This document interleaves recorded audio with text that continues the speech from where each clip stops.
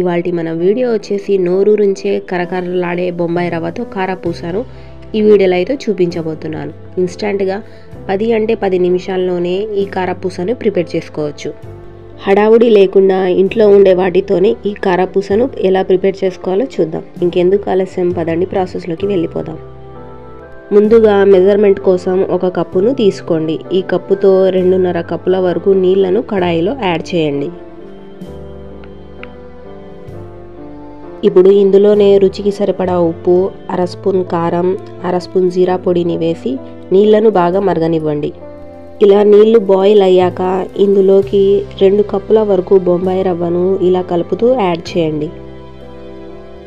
ఇప్పుడు స్టవ్ను అయితే ఆపేసి రవ్వను అంతా ఒకసారి బాగా నీళ్ళల్లో కలిసిపోయేలాగా కలుపుకోవాలి. రవ్వను పూర్తిగా చల్లారనివ్వాలి. రవ్వ పూర్తిగా చల్లారిన తర్వాత దీనిని మనం చపాతీ పిండిని ఎలా అయితే కలుపుకుంటామో అలాగే కలుపుకోవాలి. ఇప్పుడు ఇలా చక్కగా కలుపుకున్నాక ఇందులోకి మనం ఉడికించుకున్న 4 బంగాళాదుంపలను తురిమి అయితే యాడ్ చేసుకుందాం. మనం తీసుకున్న రవ్వకి ఈ 4 బంగాళాదుంపలు కరెక్ట్గా సరిపోతాయి. ఇప్పుడు ఈ బంగాళాదుంపలు రవ్వకు బాగా కలిసిపోయేలాగా కలపండి.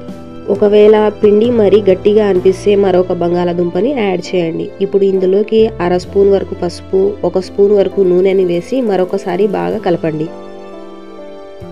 పిండిని సాఫ్ట్గా కలుపుకోవాలి. ఎక్కడ కూడా ఉండాలనేవి లేకుండా చూసుకోండి.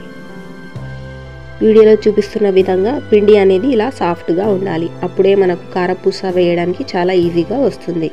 ఇప్పుడు జంతికల గొట్టాన్ని తీసుకొని కారపూస చేయడానికి సన్న హోల్స్ ఉండే బిళ్ళను తీసుకోండి. ఇప్పుడు ఈ బిళ్ళని జంతికల గొట్టంలోకి సెట్ చేసి కొంచెం ఆయిల్ని అప్లై చేసి ముందుగా కలిపి పెట్టుకున్న పిండిని యాడ్ చేయండి. ఇలా పిండిని అంతా మిషన్లోకి యాడ్ చేసుకున్న ఒకసారి కారపూస అనేది ఎలా వస్తుందో మీకు చూపిస్తాను. చూడండి, బొంబాయి రవ్వతో కూడా ఎంత చక్కగా వచ్చిందో. ఇప్పుడు డీప్ ఫ్రైకి సరిపడనంత ఆయిల్ని అయితే వేసి ఆయిల్ బాగా వేడయ్యాక కారపూసను ఇలా వేసుకుందాం. ఇలా ఆయిల్లో వేసాక ఒక 2 నిమిషాల వరకు ఫ్రై చేసుకోవాలి. ఇప్పుడు మరోవైపు టర్న్ చేస్తూ ఫ్రై చేసుకోవాలి.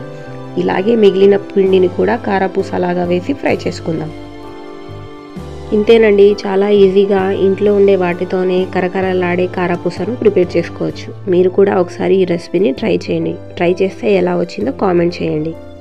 అలాగే ఈ వీడియో కనుక నచ్చినట్లయితే లైక్ చేయండి, సబ్స్క్రైబ్ చేయండి. అలాగే మీ ఫ్రెండ్స్ అండ్ ఫ్యామిలీ మెంబర్స్కి షేర్ చేయండి.